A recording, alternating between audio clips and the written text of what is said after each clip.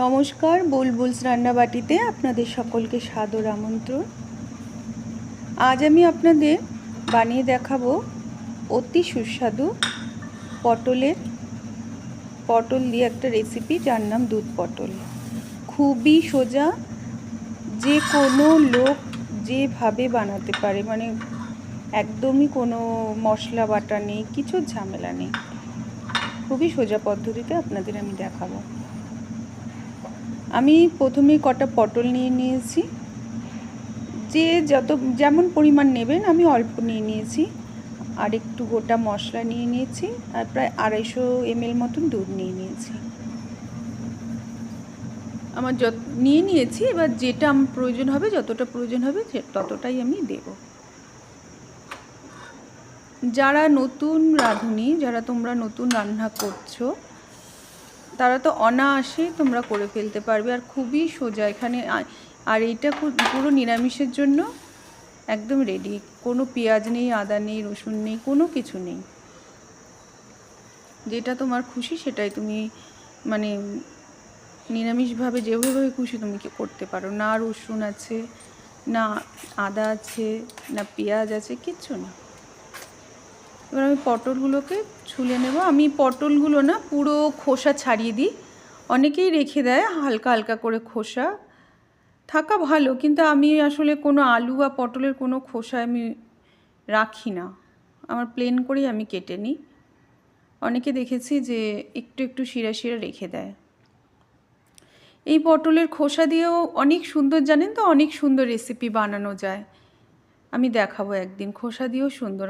আমরা তো সাধারণত এই খোসাতে প্রচুর পরিমাণে প্রোটিন আছে, ভিটামিনস আছে।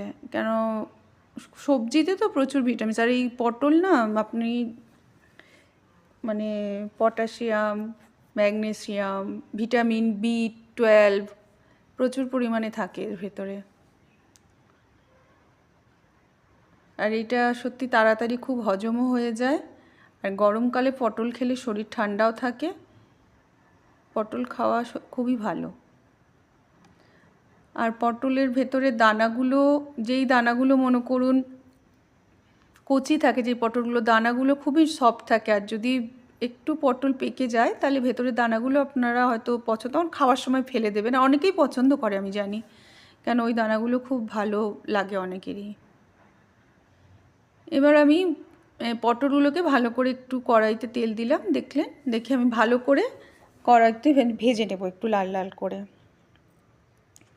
কেন, একদম না ভাজলে না, কাঁচা কাঁচা থাকলে ভালো লাগবে না। অল্প ভাজলে, আর অনেকে অবশ্য অল্প ভাজা পটল পছন্দ করেন। আর কিন্তু যখন ভাজবেন না, পটলটার মধ্যে কোনো হলুদ দেবেন না, কেন তেলটা তাহলে পটলগুলো না পুরো কালো হয়ে যায়, তেলটাও কালো হয়ে যায়। যখনই পটল ভাজবেন, পটলের তেল এমনি কালো হয়ে যায়, সেই জন্য পটলে না যখন ভাজবেন হলুদ টলুদ দেবেন না, হালকা করে এমনি ভেজে নেবেন। এবার আমি আমার আঁচটা একটু বাড়িয়ে দিলাম। এবার বাড়িয়ে আমি এর ভেতরে আমার গোটা মশলা আমি কিছু কিছু নিয়েছিলাম। একটু জিরে, যদি সাজিরে থাকে আপনাদের কাছে সাজিরে দেবেন। আর একটুখানি গোটা গরম মশলা, এর মধ্যে আমি একটু গোলমরিচও নিয়েছি, আর ছোট এলাচ নিয়েছি, আর দারচিনি স্টিক নিয়েছি। একটু মশলাটাকে করে নেব। আমি আঁচটাকে কমিয়ে নিই। যখনই গোটা মশলা দেবে, আঁচটাকে সবসময় কমিয়ে নেবেন, কেন না হলে এই মশলাগুলোর যদি টেস্ট চলে যেত একটু ভালো লাগবে না। এরপর একটু জিরে গুঁড়ো, হলুদ গুঁড়ো দিয়ে দিয়েছি। দিয়ে একটু নেড়ে চেড়ে এর ভেতরে না এই গুঁড়ো মশলার মধ্যে সবসময় একটু জল দিয়ে নেবেন, তাহলে মশলাগুলো পড়ে না। অনেক সময় আমরা কি করি, একটা বাটির ভেতরে গুঁড়ো মশলাগুলো জল দিয়ে গুলে তারপরে তেলের মধ্যে দিই। আর যদি অনেক সময় করি না, তাড়াহুড়ো করে করতে গেলে এমনি দিয়ে দেবেন, তাড়াতাড়ি করে একটুখানি কড়াইতে জল দিয়ে দেবেন। কিন্তু কড়াইতে জল দেওয়ার সময় আবার সাবধানে দেবেন জল দিলেই অনেকটা ভেপার ওঠে এমনি করে। আবার যারা নতুন রাঁধুনি তাদেরকে বলছি, আপনারা কিন্তু সাবধানে দেবেন, কারণ ভাপে কিন্তু হাত পুড়ে যায়, ওটা পুড়ে যাওয়ার খুবই সম্ভাবনা, খুব বীভৎসভাবে পুড়ে যেতে পারে। সেই জন্য যখন দেবেন সাবধানে দেবেন জলটা। এবার কড়াইটা ভেতরে আমি ওটা দিয়ে দিয়েছি সবজির। আমার একটা খুব বাজে অভ্যাস আছে, দেখেছেন, কড়াইয়ের ভেতরে আমি অনেক সময় খুন্তি রেখে দিই, কিন্তু এটা খুব সাবধান, এমনি করে রাখবেন না কিন্তু। কেন অনেক সময় কড়াইয়ের ভিতরে খুন্তি রেখে দেওয়ার পর খুন্তিটা এমন গরম হয়ে যায় যে হঠাৎ করে ধরতে গেলেই ছ্যাঁকা লেগে যাবে প্রচণ্ড, তখন মানে মানে হয়তো আপনি এমন জোরে ছ্যাঁকা লাগলে হাতটা ছিটকে যাবে, কড়াইটাও মানে খুন্তিটাও হয়তো ছিটকে পড়ে গেল, মানে যে অ্যাক্সিডেন্ট হতে পারে না। ওই জন্য খুন্তিটা সবসময় পাশে কোনো একটা পাত্র রেখে দেবেন, রান্না করবেন ওই পাত্রটার মধ্যে খুন্তিটা সরিয়ে রাখবেন। এবার দেখলেন আমি দুধ দিয়ে দিলাম, কিন্তু অতটা আমি দুধ দিইনি, প্রায় 200 ml মতো দিয়ে দিয়েছি, 50 ml দুধ আমি সরিয়ে রেখে দিয়েছি। আর ভালো করে ফুটিয়ে ওপর দিয়ে একটু কাঁচা লঙ্কা ছড়িয়ে আর ঘি গরম মশলা দিয়ে দেব। কিচ্ছু দেওয়ার নেই, একদম সোজা রান্না। আর এতক্ষণ আপনারা যখন আমার ভিডিওটাকে দেখলেন তার জন্য অসংখ্য অসংখ্য ধন্যবাদ।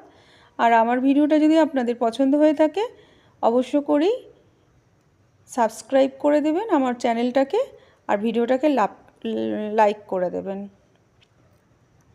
এবার আমি একটু ঢাকা দিয়ে রেখে দিলাম, পুরো গন্ধটা আমার তরকারির ভেতরে লেগে গেল। এবার আমি এটা একটা পাত্রে সার্ভ করে নেব, প্লেন রাইস দিয়ে, একদম হোয়াইট রাইস দিয়ে খাবেন। এর সাথে কিচ্ছু দরকার হবে না, একদম মানে একদিন সত্যি বানিয়ে দেখুন। খুব, আমার তো সেদিনকে আমি পুরো চেটে পুটে প্রায় 1 থালা ভাতই খেয়ে নিলাম পটলের এইটা দিয়ে, এত ভালো লেগেছে।